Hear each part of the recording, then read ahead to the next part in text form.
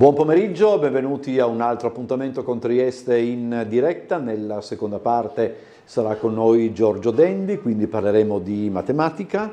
Probabilmente mi prenderà in giro con i suoi soliti quiz, eccetera. Nella prima parte invece parliamo dell'Associazione Giuliani nel Mondo.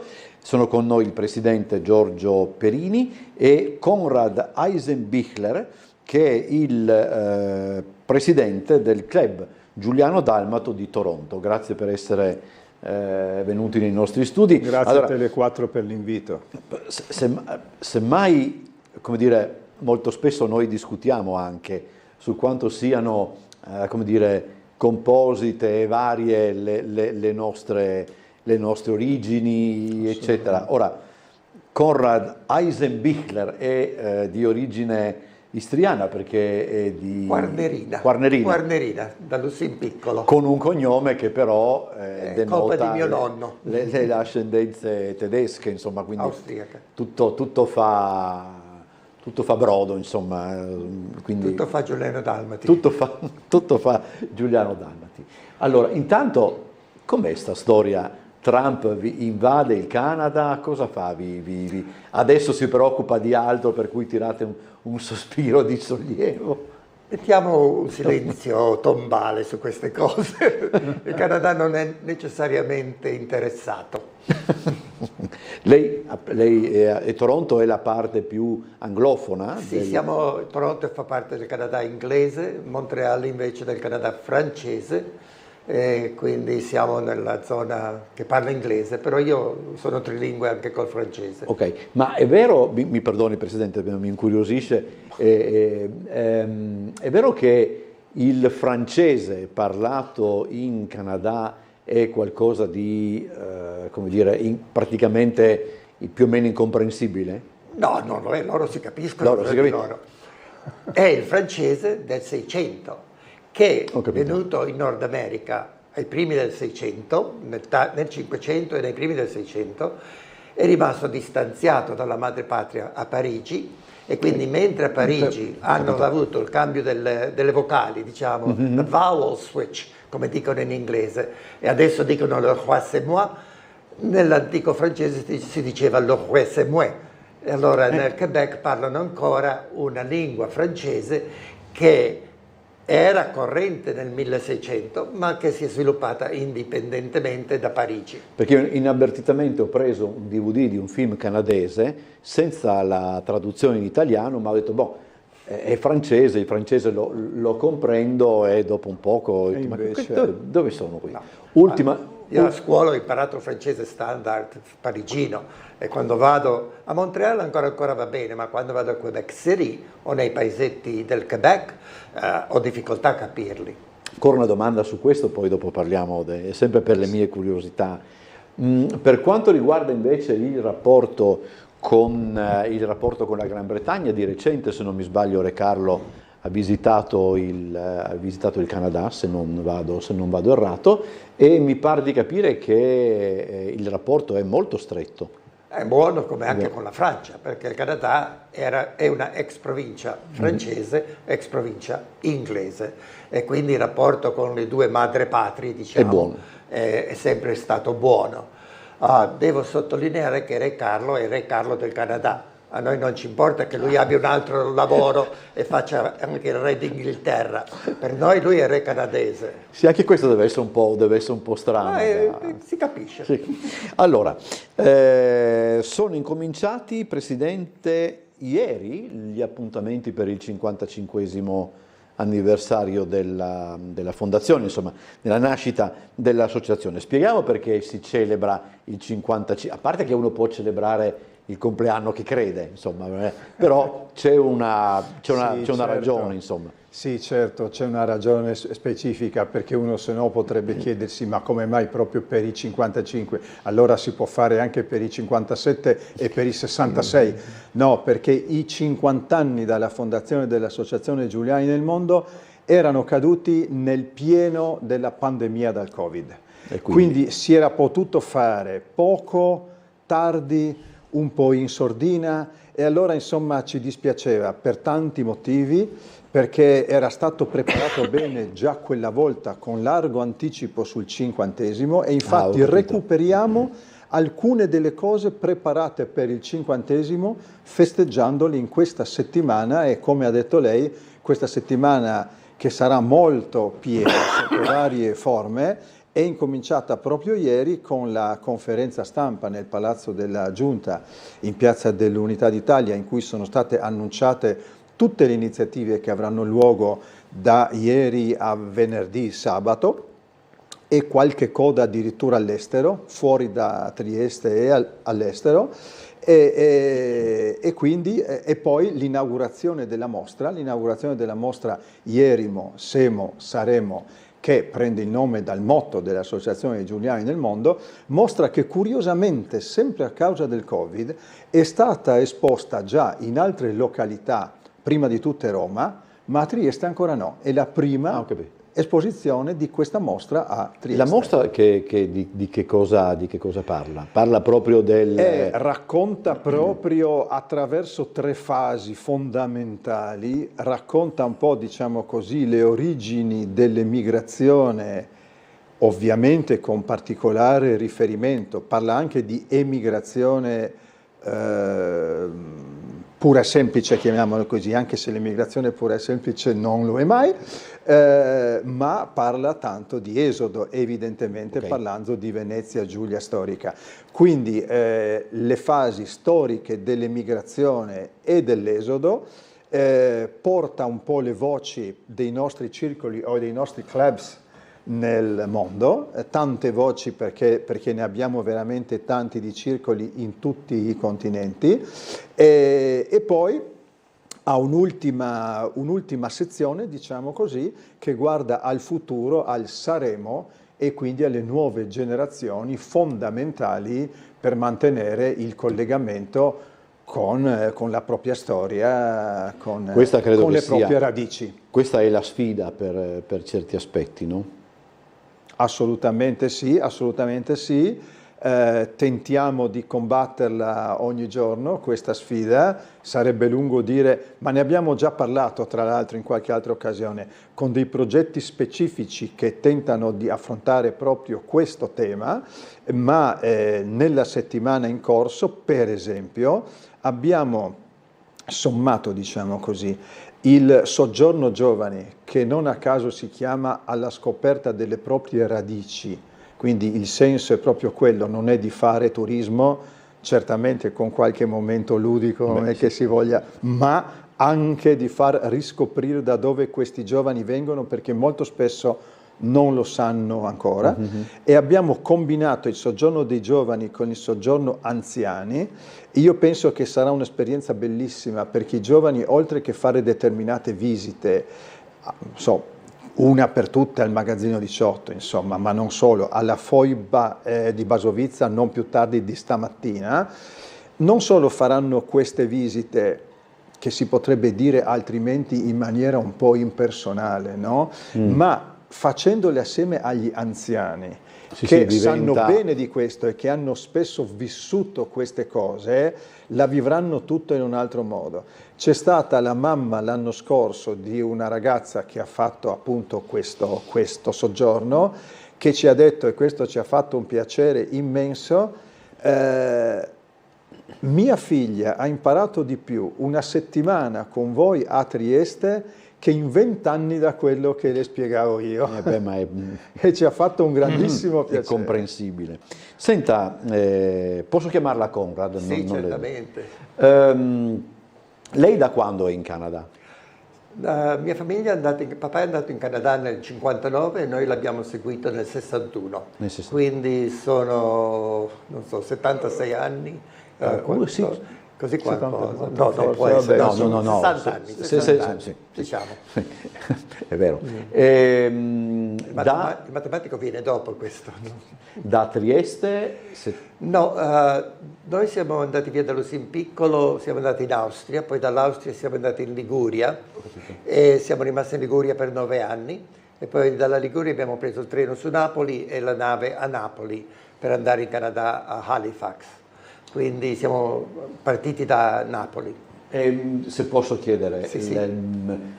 la scelta è stata, come posso dire, la decisione, mettiamola così, sì, la stessa cosa, è stata brusca, meditata, improvvisa? È stata brusca e meditata. La decisione nasce nel 56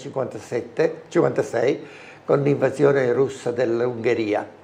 Papà ha capito che l'Europa non sarebbe mai stata calma e non voleva che, lui avendo fatto 7 anni di guerra, non voleva che i suoi figli fossero soggetti a una guerra in Europa. Allora decise di emigrare e siccome aveva viaggiato assai e non voleva andare negli Stati Uniti, ha dato alla mamma la scelta o Canada o Australia. E quella volta in Canada ci si andava in nave in una settimana, l'Australia in un mese. Sì. E siccome la famiglia di mia mamma era andata negli Stati Uniti, a noi era molto più comodo andare in Canada, sebbene il clima dell'Australia fosse migliore.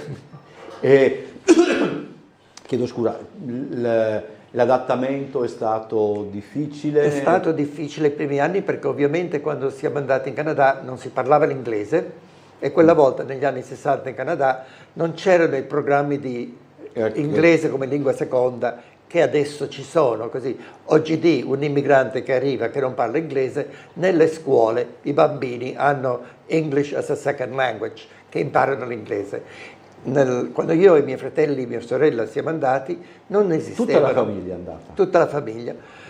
Non esistevano queste cose, quindi io ho imparato da giorno in giorno cercando di conversare con i colleghi di classe, quindi è stato difficile. Io per fortuna l'ho imparato bene l'inglese, ma mio fratello, che infatti era più giovane di me, 2 anni meno di me, lui ha sempre mantenuto un accento straniero, mentre io invece non ce l'ho. Queste sono cose stranissime a pensarci. È molto strano, no? Perché... sì. Quindi si vede che io forse sono più adattato per le lingue che non fosse stato lui. Sì. Eravate andati in Canada con l'idea eventualmente di tornare? No. Oppure proprio era una decisione? No, noi avevamo lasciato tutto a Lusimpiccolo, non avevamo idea di tornare a Lusimpiccolo o in Italia, sì. Perché papà veramente non voleva che i figli crescino in un'Europa sull'orlo della guerra, sotto la minaccia russa. Quindi questo è uno dei...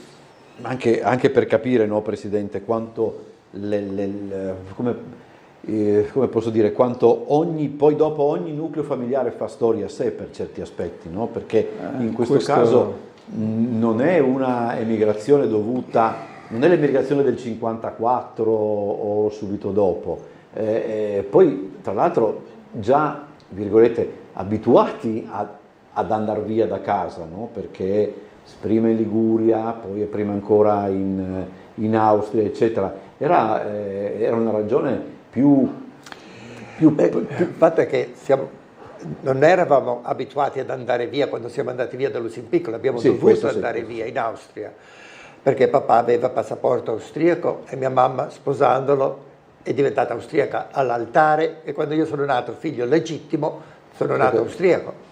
E quindi l'unica porta aperta per questo piccolo nucleo familiare era l'Austria, mentre invece per la famiglia di mia mamma la porta aperta era esuli in Italia.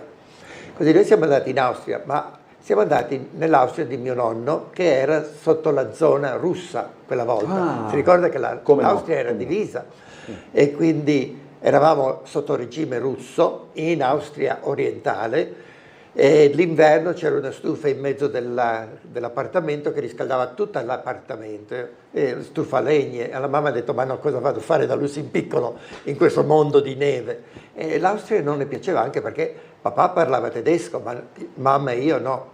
Allora siamo andati in Italia dove stavamo bene, solo che essendo austriaco papà non poteva lavorare in Italia e allora navigava. E quando è scoppiato il caos con l'Ungheria, allora papà ha detto: no, qui in Europa non ci stiamo, lui è pacifista, sempre stato pacifista, e quindi la scelta era di andare lontano. C'è una storia... Sì, ma mi viene spontaneo dire che è una storia interessantissima, modernissima se posso per certi permettermi, aspetti, sì. Che richiama situazioni che non si possono mai ripetere uguali, ma che ai noi per certi versi si assomigliano, e che accadono in questi mesi, in queste settimane, e speriamo veramente di non doverci ritrovare in situazioni come quelle della famiglia di Conrad. Adesso il rapporto con Trieste, supponiamo che Trieste, come dire, attribuiamo a Trieste il ruolo di capitale dei giuliani nel mondo, anche se magari poi dopo uno potrebbe dire ma... Noi ci proviamo, però, insomma, il rapporto legittimamente. con la madre patria, chiamiamola così, com'è? È molto buono, non solo con Trieste, ma anche con Lusimpiccolo. Sì. Quindi io già a 18 anni da solo sono ritornato nel 67, sono ritornato a Lusimpiccolo con mio fratellino di 16 anni. La mamma, donna forte lusignana, ci ha imbarcato sull'aereo e ci ha mandati. E quindi a 16-18 anni va a trovare gli zii. E abbiamo fatto l'estate a Lusimpiccolo, ci siamo sentiti molto a casa. Io in qualche modo conoscevo tutte le calli di Lusimpiccolo, mio fratello no, perché non c'era mai stato. E quindi ho secondi cugini, terzi cugini a Lusimpiccolo, ed è una relazione molto buona e ci ritorno ogni volta che posso. E idem per Trieste, dove non ho famiglia a Trieste, però ho questi amici istriani, ho i giuliani nel mondo con cui sono coinvolto già dal 1990, sono 35 anni di collegamenti, di lavori insieme, e quindi mi trovo benissimo a Trieste, capitale culturale del nostro mondo. Mi è venuta in mente adesso una cosa, essendo voi andati in Canada, certamente siete andati in un luogo che, se non altro per la vicinanza con gli Stati Uniti, magari posso fare riferimento agli Stati Uniti, certamente in quegli anni era, come posso dire, più avanti. L'idea che a 17, 18 anni e 16 anni due ragazzi vengano in quell'epoca messi su un aereo e dire va a trovare gli zii, che da noi probabilmente succedeva, non so, nei paesi di montagna, dove uno veniva messo su una corriera per andare a trovare lo zio che so, da Sappada abitava a Santo Stefano di Cadore. Vuol dire, c'è anche questo di particolare? Cioè... No, non penso che abbia a che fare con la cultura, diciamo, del Canada. Ha tutto invece a che fare, io penso, su mia mamma, che era una indomita donna lusignana, sai, sono mogli di capitani quelle lì. Sì, ho capito. E quindi non solo un po'... la mamma ha deciso che si andava e ci ha mandato. Il fatto è che papà ha comprato i biglietti, papà austriaco, non so perché, ha comprato il biglietto per noi, due nipoti, per andare a trovare il nonno che viveva a Vienna, ma ha fatto il volo su Milano, invece di farlo su Vienna. E arrivati a Milano io a 18 anni ho dovuto imparare a leggere la tabella della ferrovia, capire come andare dall'aeroporto di Milano alla stazione dei treni di Milano, come andare da lì a Vienna. E quindi abbiamo fatto così. La cosa strana che ho trovato è che quando siamo arrivati a Vienna, siamo scesi dal treno, sulla panchina c'era mio nonno che ci aspettava e non so come sapeva che eravamo su quel treno, ma si viveva in un altro mondo. A proposito delle località dell'Istria, Dalmazia, Fiume, eccetera, dalle quali sono partiti i nostri esuli, volevo dire che c'è un ottimo rapporto adesso e che proprio nell'ambito di questi soggiorni, per esempio faremo domani proprio un'escursione verso l'Istria, verso Pola, e il fatto di, da un lato, portare gli anziani che hanno determinati ricordi, soprattutto se, non voglio dire anche se è successo che abbiamo avuto qualche anziano che non era ritornato mai, o comunque che non sono ritornati da tanti anni, ma anche far vedere ai giovani come sono le cose oggi, cioè che la Jugoslavia non c'è più, che c'è la Slovenia, che c'è la Croazia, e andiamo tra l'altro ad incontrare le comunità italiane in quelle località per avere un quadro complessivo, e proprio parlando appunto di tutti i rischi di guerra eccetera, ecco, proprio in un'ottica di superamento dei drammi che ci sono stati nel secolo scorso e che ai noi in certe parti del mondo si stanno ripetendo. Sì, abbastanza preoccupante ciò a cui stiamo assistendo, insomma. Non vorrei dimenticare, perché se poi dopo io come sempre mi fisso su delle cose, dimentico le altre. Non abbiamo parlato dell'appuntamento di venerdì sera al Teatro Bobbio. Meglio che lo facciamo adesso, perché se poi ho altre domande dopo vado per... Mi sono accorto che effettivamente si sta appassionando al dialogo con Conrad.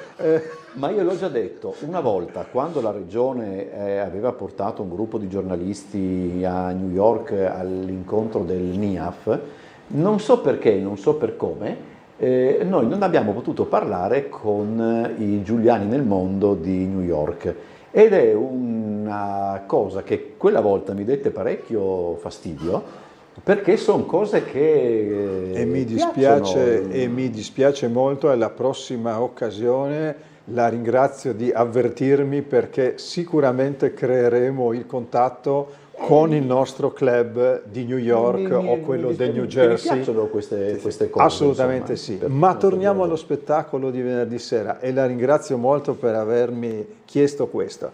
Allora, venerdì sera al Teatro Bobbio, ore 20:30, ci sarà uno spettacolo intitolato Ierimo e sempre saremo, che fa un po' il verso al motto appunto dei Giuliani nel mondo, ma posso anticipare che il titolo è così perché è il titolo di una canzoncina che noi però vogliamo già, come dire, promuovere al ruolo di inno dell'Associazione dei Giuliani nel mondo, che ci ha scritto Maxino, che ci ha composto e scritto Maxino, che eseguirà per l'occasione.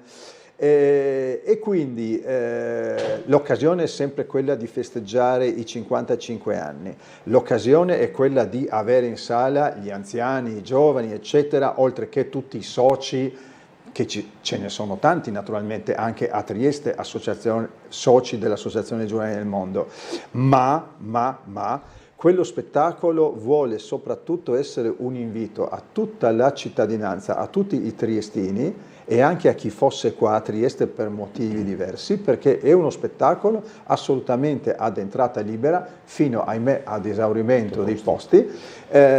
Si comporrà soprattutto di 3 parti, una parte recitata in triestino, una parte appunto che avrà come protagonista Maxino e il suo trio, che sono sicuro divertirà, ecco, e una parte invece di musica lirica, ma non solo, eseguita da un duo, in particolare uno dei 2 componenti il duo è una soprano, una giovane soprano già affermata, che abbiamo fatto venire apposta dal Brasile, da Curitiba, e uno potrebbe chiedere ma perché diavolo?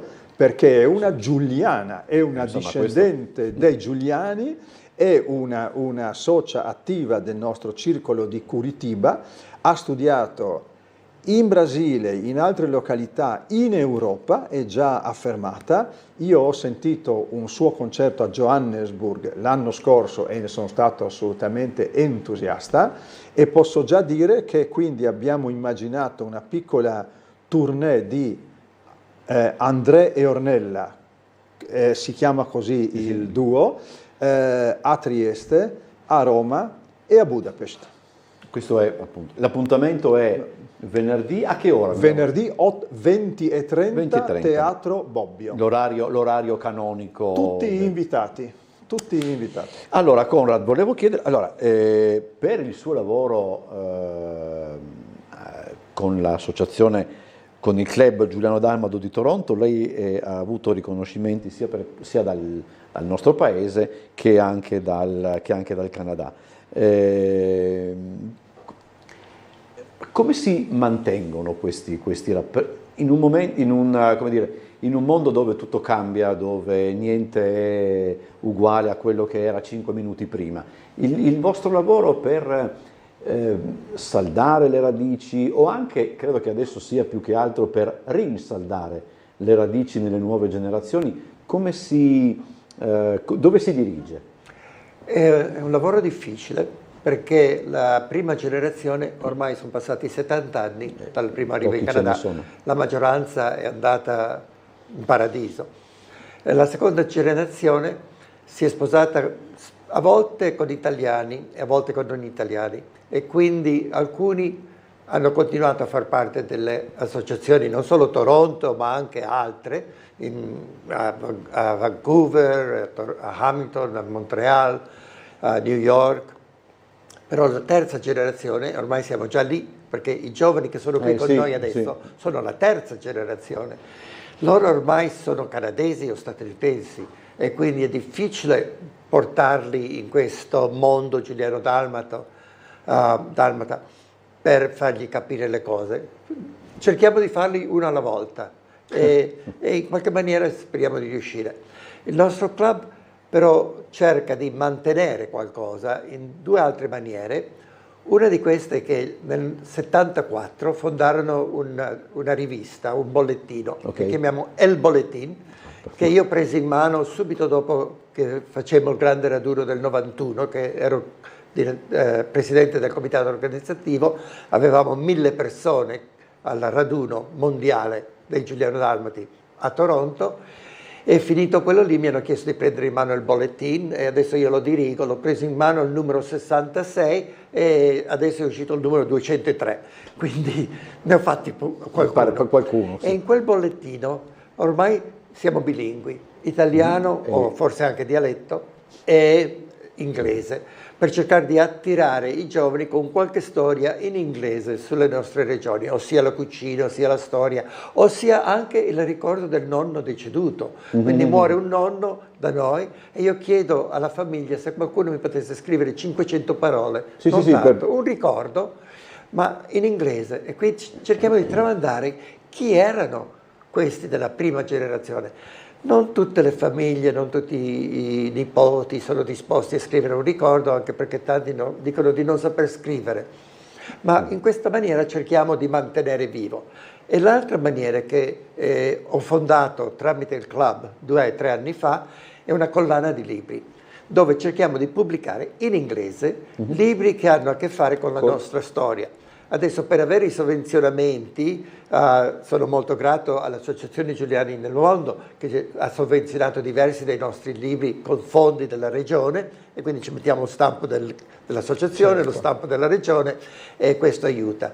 Ma altri libri non hanno questi fondi e quindi cerco di fare una ricerca fondi per questi libri. Abbiamo già pubblicato 6 libri, uno sulla ebrea di Trieste che è finita ad Auschwitz, dove ha perso la famiglia, e poi è andata a esule, orfana ebrea in Canada, vive a Toronto. L'ho presentata alla nostra amica Rosanna Turicino-Giuricin, che ha pubblicato questo bellissimo libro, Maddalena agli occhi viola. Io l'ho tradotto abbiamo parlato anche del libro. Io l'ho tradotto in inglese, l'abbiamo pubblicato, è andato molto bene in vendita. Poi abbiamo pubblicato un libro su un lusignano che lavorava a Monfalcone, è ritornato con la famiglia a Lusin Piccolo per fare il paradiso dei lavoratori ed è finito su Goliotto. Anche questa è una storia. Di mia mamma ha avuto. È una storia molto importante per noi esuli di sapere cosa è successo a alcuni dei rimasti. E adesso abbiamo recentemente pubblicato, qualche mese fa, la biografia di un trombettista triestino, Mario Fra Giacomo, trombettista jazz triestino che ha la mia età e che adesso vive a Milano, ma metà dell'anno a Milano e metà dell'anno a New York perché ha la compagna a New York. Allora abbiamo pubblicato la sua biografia scritta in italiano originalmente da un critico musicologo, Luigi Maria Guicciardi, che il libro si intitola Una tromba di latta, in inglese abbiamo cambiato il titolo un pochino, ma Mario Fra Giacomo, That Tin Trumpet. E quindi queste cose cerchiamo di pubblicare. Abbiamo un bravo scrittore poeta fiumano in Canada, Diego Bastianutti. Avevamo già pubblicato la sua biografia, adesso ho appena pubblicato la traduzione in inglese di una collezione dei suoi scritti che erano in italiano, che parlano un po' di tutto, ma parlano anche dell'esodo e parlano di identità. E quindi il libro di Bastianutti è uscito. Quindi questa è l'attività. Questa è l'attività a cui io mi dedico, poi nel club abbiamo anche le feste, i picnic, ricordiamo il giorno del ricordo, a febbraio facciamo il giorno del ricordo. Infatti abbiamo cominciato a commemorare il giorno del ricordo già l'anno prima che la legge fosse nel istituita. E a novembre facciamo una messa con lo spuntino dopo in ricordo dei nostri morti, quindi c'è tutta una serie di attività. Io purtroppo devo chiudere quello perché di Toronto è un circolo, come si capisce da tutto quello che è stato detto, molto estremamente attivo, assieme a quello di Chatham, io direi, per quanto riguarda il Canada, ma non si esauriscono qui i circoli del Canada. Bisogna dire che Toronto effettivamente, come dire, è un po' una punta di diamante, insomma. Vede che mi sono subito dubbio. Grazie, sicuramente non solo a Conrad, ma soprattutto a Conrad. Allora io ringrazio, siamo veramente in chiusura, mi dispiace perché avrei parlato anche più a lungo, ma i tempi questi sono. Allora ringrazio Giorgio Perini, chiedo scusa, presidente dei Giuliani nel Mondo, e Conrad Eisenbichler, che è il presidente del club Giuliano Dalmato di Toronto. Non sono presidente, sono il direttore del bolletin. Quindi componente del club Giuliano Dalmato di Toronto. È tedesco di origine, quindi ci tiene a essere preciso. Ci mancherebbe altro. Grazie davvero, buon lavoro. Grazie a lei. Andiamo in pubblicità, poi cambiamo argomento. Grazie, arrivederci.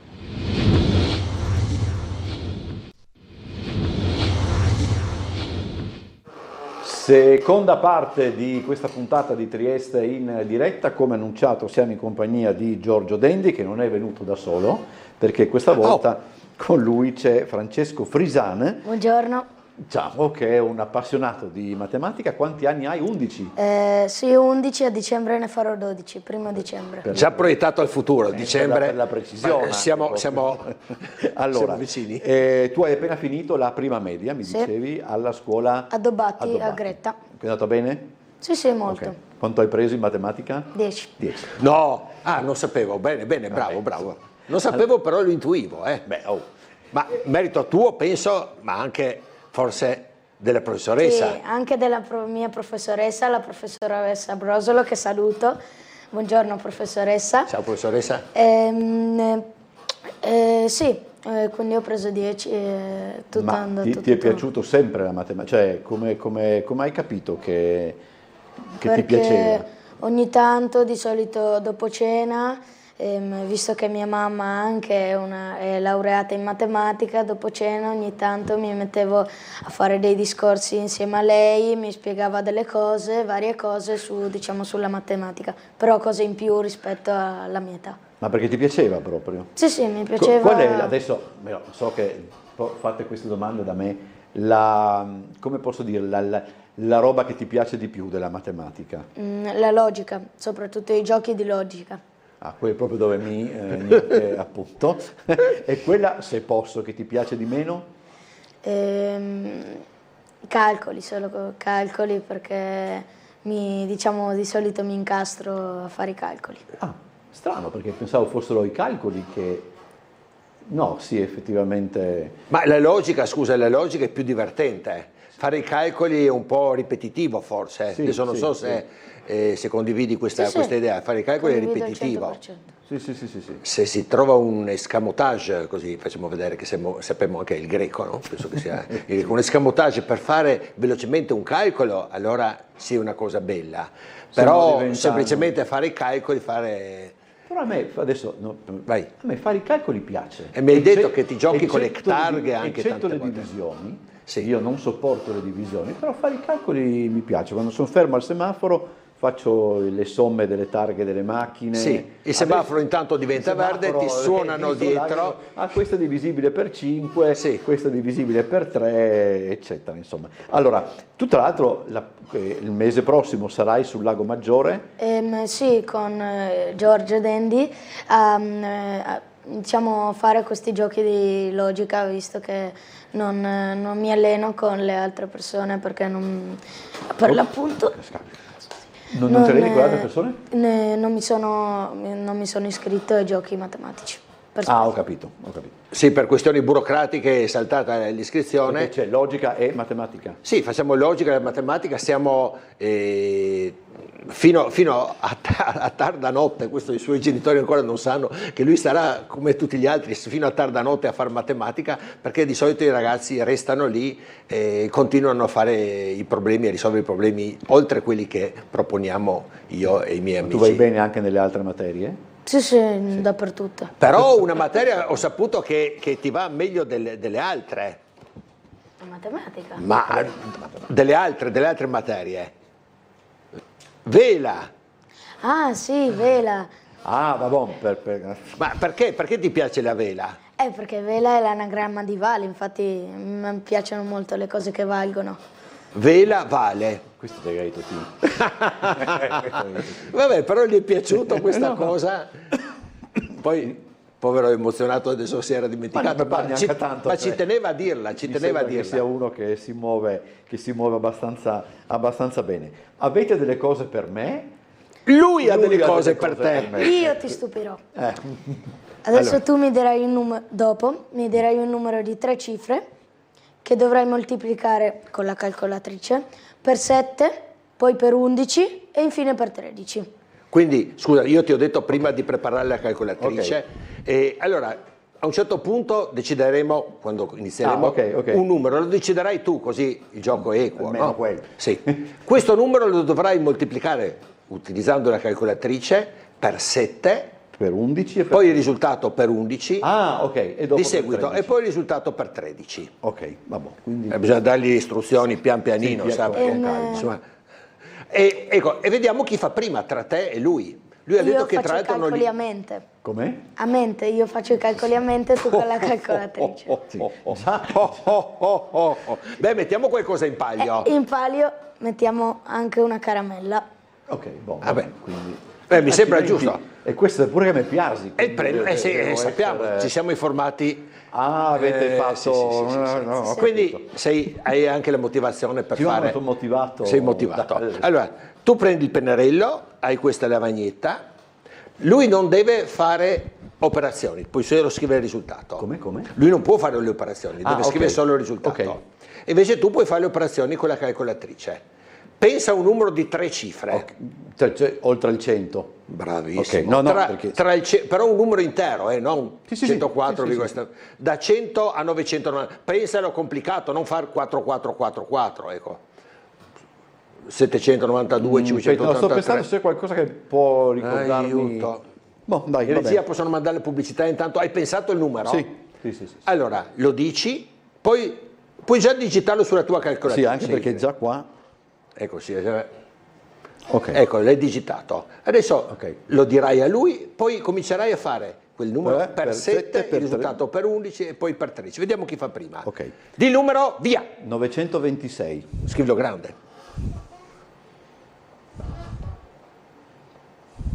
No, scrivi solo il risultato tu.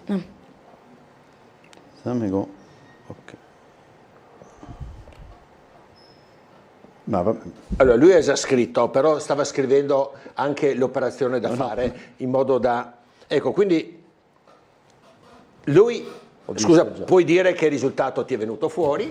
926.926. E lui ha scritto che 926 per 7, poi il risultato per 11, poi il risultato per 13 fa 926.926. Quindi, Bosazzi mio, mi dispiace, ma la caramella...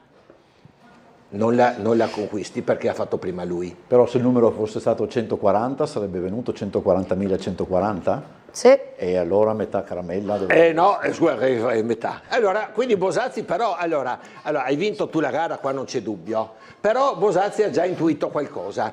Glielo spieghiamo? Sì. Allora attenzione, fai molta attenzione, spiegagli. A scuola, per me, la mia professoressa Brosolo, ci insegnano a usare le proprietà, la proprietà associativa e la proprietà commutativa per l'addizione e la moltiplicazione. Parole semplici perché vedo che si sta perdendo. Cosa vuol dire questo? Vuol dire che possiamo sommare per l'addizione e moltiplicare per la moltiplicazione a pacchetti le cifre. In questo caso abbiamo da fare delle moltiplicazioni. 926 per 7 per 11 per 13. Cosa ci stai dicendo?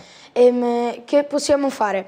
Prima 7 per 11 che fa 77 e poi per 13 che fa 1001 e infine moltiplicarlo per 926 che è molto facile. Lui sa, scusami, ecco perché ti vedo un po' smarrito, no? Lui sa che 7 per 11 fa 77 e per 13 fa 1001. A questo punto 926 per 1001, scusami che ti ho interrotto. Sarà molto facile perché basta fare 926 per 1000 che fa 926.000, cioè con 926 con dietro 3 zeri. E le altre? E dopo i 3 zeri basta sostituirli con 926.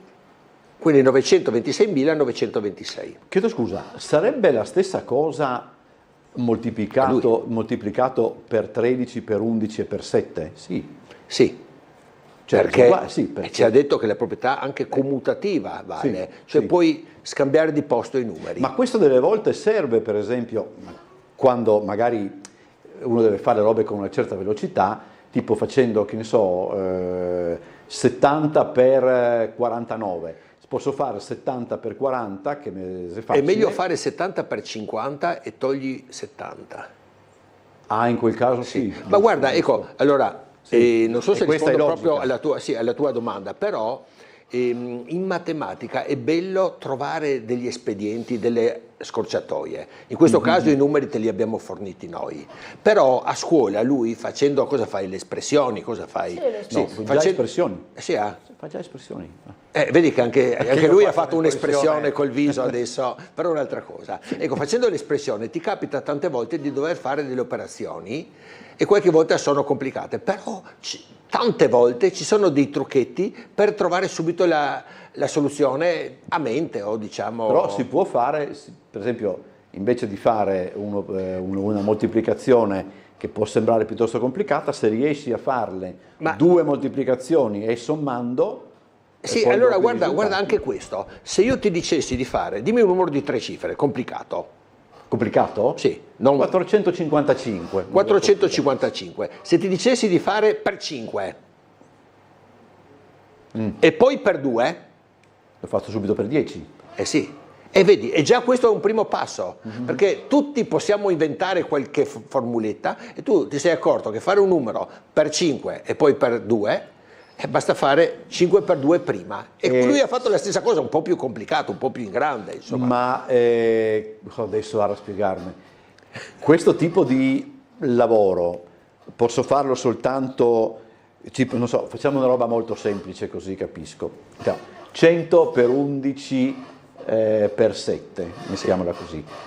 Io devo lavorare sempre con 11 e 7. Ma 11 per 7? Sì, ma non posso lavorare con 100. Cioè non parto dal numero di partenza. Ma ti conviene fare 11 per 7 perché sai che fa 77. Sì. A questo punto invece di dire 100 per 77 di 77%, perché moltiplicando per 100 77 e dopo ci aggiungi e visivamente vedi ci sono tante idee. Siccome al ragazzino piace la logica, lui è già pronto, perché io ho fatto già un po' di esercizi con lui, è già pronto per tirar fuori l'idea e questo dovrebbe cioè sarebbe un obiettivo molto alto per la scuola. Perché 926?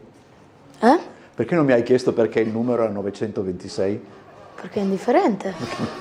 Numero a caso? No, è la targa della mia macchina. La targa? Sì. Ah, bon, perfetto. Sempre targhe. Beh, quando...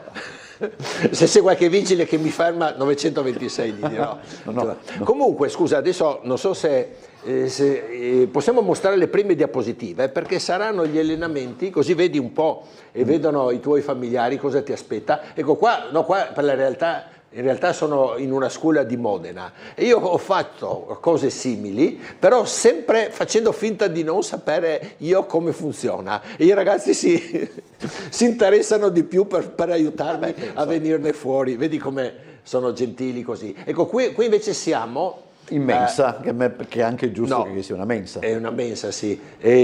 No, qua siamo proprio sul Lago Maggiore dove verrai tu. Questa è la serata di gala. Adesso ti dico una cosa in anteprima, di solito viene a trovarci un premio Nobel, mio amico, Savage, premio Nobel per la chimica, e per i ragazzi che dopo vengono premiati da lui è un grande onore, una Però cosa anche, inaspettata. c'è anche mangia bene, insomma. Si mangia, no, mamma mia, là siamo in riva al lago, pescano pesci e la serata di gala si mangia proprio ben pesci. Tra l'altro il primo in basso, questo vedi che sta di fronte a me, è Pierdante Lanzavecchia, è stato campione italiano di Sudoku. Ecco perché noi facciamo matematica, c'è la logica, c'è il calcolo mentale. Ma Sudoku insomma. lo fai? Sì, anche Sudoku. Sudoku è anche logica, no? Eh sì, avere le idee su dove mettere sì. il numero per prima, perché se prendi una strada non vai avanti, se prendi un'altra magari riesci a venirne più facilmente a capo. Ma io con i miei amici, anche se non facciamo Sudoku, queste cose, ci troviamo spesso a Barcola, c'è una sala biliardi, però noi frequentiamo l'altra parte, non so se sai, ecco, e facciamo tutti questi giochi di tavola, dopo io non riesco neanche a seguirli tutti, perché sono davvero tanti, però ci divertiamo molto. Allora, possiamo passare, se non avete altre cose matematiche, cosa preferisci Umberto? Facciamo questo, dai. Questi sono i tarocchi del mio amico Darren, lui era un generale dell'esercito, però adesso che è in pensione, adesso si diverte a fare questi. Vediamo se piacciono anche a te. Bisogna taroccare un titolo di qualcosa. E adesso io me lo sono già dimenticato. Ah sì, ok. Bisogna taroccare una pubblicità. Lei qui si troverà bene, qui dice questo infermiere, alla persona che si trova sdraiata su quel lettino. Non è un lettino, ma quella è una barella. Ecco, esatto. E quella è la parola di 7 lettere. C'è qualche titolo che assomiglia, del quale noi abbiamo taroccato una lettera? Barilla? Sì. Dove c'è Barilla c'è casa. Eh sì. Dove c'è Barella c'è casa. Qui lei si troverà bene, dove c'è Barella c'è casa. Perché non so se tu hai visto la pubblicità, dove c'è Barilla c'è casa, una pubblicità ma penso che troppo giovane. No, troppo giovane. Allora quelli che hanno superato i 20 anni. Quelli che hanno superato i 20 anni. Ecco, dove c'è Barilla c'è casa, dove c'è Barella c'è casa. Ecco, questo si chiama, noi lo chiamiamo tarocco, perché abbiamo taroccato, abbiamo così manipolato un titolo di qualcosa. Come va Umberto? Preferisci che torniamo alla matematica? Ma non so, anche, vabbè. Anche. Lui si diverte, povero. Vabbè. Dopo verranno i tuoi a prenderti, a portarti a casa. Sì, spero. Vediamo il prossimo. Potrebbe scappare da quel forellino. C'è una scimmia. Quindi potrebbe essere rete. Hai capito come funziona? Bisogna dare il titolo. Questa è una cosa che tu hai sentito tante volte, ne parlano, anche voi forse a scuola ne avete parlato, di un problema attuale che c'è nell'aria. Perché la scimmietta potrebbe scappare da quel forellino. Allora invece di dire forellino si può dire un buco. Sì. E dove si trova questa scimmia, visto che è in gabbia? Il buco, che buco si sfuga? Il buco? Dove? Questo l'ho capito. Posso vedere? Dai. La scimmia dov'è secondo te? Dove sta? In una gabbia. Sì. E la gabbia solitamente sta in uno? Zoo. In uno zoo. E quindi è il buco del... Tu non... vabbè, ma perché... Dello zoo, che assomiglia al buco dell'ozono. Hai fatto a scuola il buco dell'ozono? Capisci? Hai visto com'è? Io so perché lui è mesi che mi tormenta queste cose, insomma. Per i ragazzi volta forse che entri sono... no, ma penso che sia una roba anche molto generazionale, no? Sì. Certe cose loro non le... Però, insomma... Il buco dello zoo, il buco dell'ozono somiglia. Però vedevi, io sbagliavo perché mi concentravo su rete, visto che si vedeva una rete. Bisogna anche... Sì. Oddio. Vabbè, ce l'abbiamo fatta. Okay. Vediamo questo. Allora, questo personaggio tu non lo conoscerai? Ok, no. È già buon segno. Meglio. No, vabbè, insomma, è politico. Qui qua non entriamo in ambiti politici o commenti.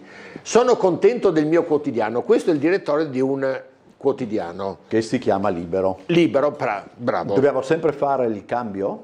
Sì, cambio di una lettera. Cambio di una lettera. Quindi libero è la parola di 6 lettere. E se lui è contento, quando tu sei contento di qualcosa di tuo, tu mi vanto? Sì. Allora, il mio è una canzone. Ah, il mio canto libero. Che diventa? Il mio conto libero. Il mio vanto. Ah, pensavo a quanto paga quando becca Feltri. Sì. No, sono contento. Il mio vanto libero. Il mio vanto libero. Ma il mio canto libero non lo può conoscere. Lo conoscere. No, vabbè, okay. Questo lo faremo conoscere tutte queste cose. Pian piano. Tanto quelle matematiche che le assimila meglio. Ecco, questi sono giochi che possono fare, visto che tu mi dici che tu giochi con i numeri, con le cifre, con delle targhe che incontri, ma che uno può fare quando vede, non so, una classifica di canzoni, si può giocare, oppure tra amici, invece di fare il gioco dei mimi, si può fare il tarocco di qualche titolo. Oddio. I genitori hanno i colloqui, vedi qui c'è il calendario colloqui, dalle 10 alle 11. Se hanno dalle 10 alle 11 potrebbe essere un'ora. Un'ora, sì. E questo è il titolo di un film.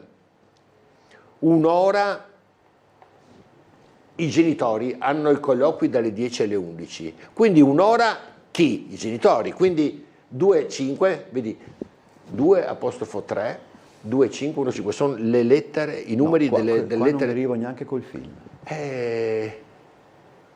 I genitori, chi sono i genitori? Papà e mamma. Prova a dirlo però che abbia 2 apostrofo 3, 2, 5, 1, 2, 5 lettere. Un'ora. Qua proprio. Invece di dire, tu hai detto? Papà e mamma. Invece di papà una parola di 5 lettere. Invece di papà. Un'ora al babbo. Non il babbo, ma quell'altra. Un'ora. Padre. Il padre. Un'ora il padre e la madre. Che il tarocco. Sì, il film era Onora il padre e la madre. Vabbè, ma lui non conosce il film. Vabbè, povero ragazzino. Ma no, adesso poveretto. Dopo gli spiegherò resta male. Funziona. Fammelo altra roba di matematica a sto punto. Ne ho ancora uno, Vabbè, allora facciamo ancora questo? Eccoci in trasferta contro il Milan. Adesso io non so perché squadra tifi tu, ma non fa niente. Inter. Inter. Perfetto. Quindi tu tifi per? La Juventus. Ecco, quindi. Allora, questi sono i romani. Eccoci in trasferta contro il Milan. Una parola di 4, una di 1, una di 3 e una di 4 lettere. Dove sono quindi? Questo è il tarocco di una canzone. Sono in trasferta, quindi sono a San Siro. Sì. A San Siro, quindi non è Lupi a San Siro. Tifosi della Roma, quindi che si chiamano Lupi a San Siro in trasferta contro il Milan. E la parodia di Luci a San Siro di Vecchioni? Di Vecchioni, questo lo so anch'io, perché Vecchioni te l'ho detto in un'altra mia apparizione qui, che è il nostro amico, perché fa l'enigmistica anche lui. Ma Luci a San Siro tu non la conosci? Non conosci? No, questa cosa, scusa, prima abbiamo parlato di cose che forse te erano più familiari. No, aspetta, facciamo, quanto tempo abbiamo ancora?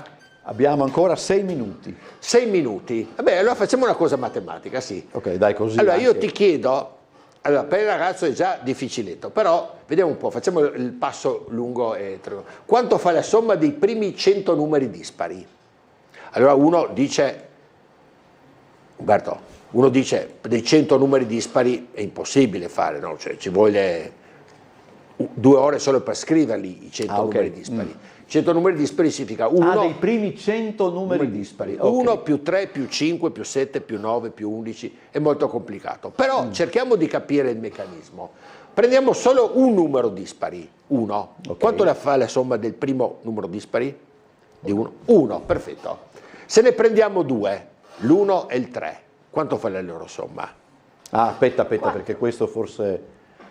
Se prendiamo 3 numeri dispari, 1, 3 e 5, la loro somma? 9. E se ne prendiamo 4? 16. Adesso, si può vedere anche dal cartellone. Adesso c'è un meccanismo. 6 numeri dispari farà 36. Sì, bravo. 7 numeri dispari farà 49. Perfetto. Allora, vedi, Umberto c'ha già. È dei nostri, perché ha già capito il meccanismo. Allora, pensa a questi risultati, 1, 4, 9, 16, 25. Hanno un meccanismo, 16 si può ottenere facendo, hai preso 4 numeri dispari, facendo 4, per quanto lo moltiplichi? 16. Sì, per avere 16, 4, lo moltiplichi? Per 4. Per 4.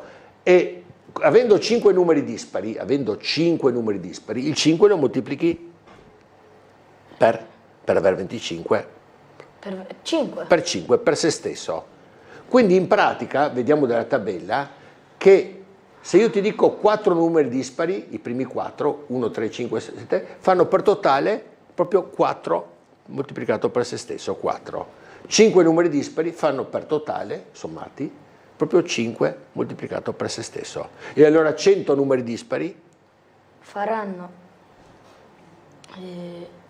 100 per 100. Che fa 10.000. 10.000, sì, bravo, ha detto.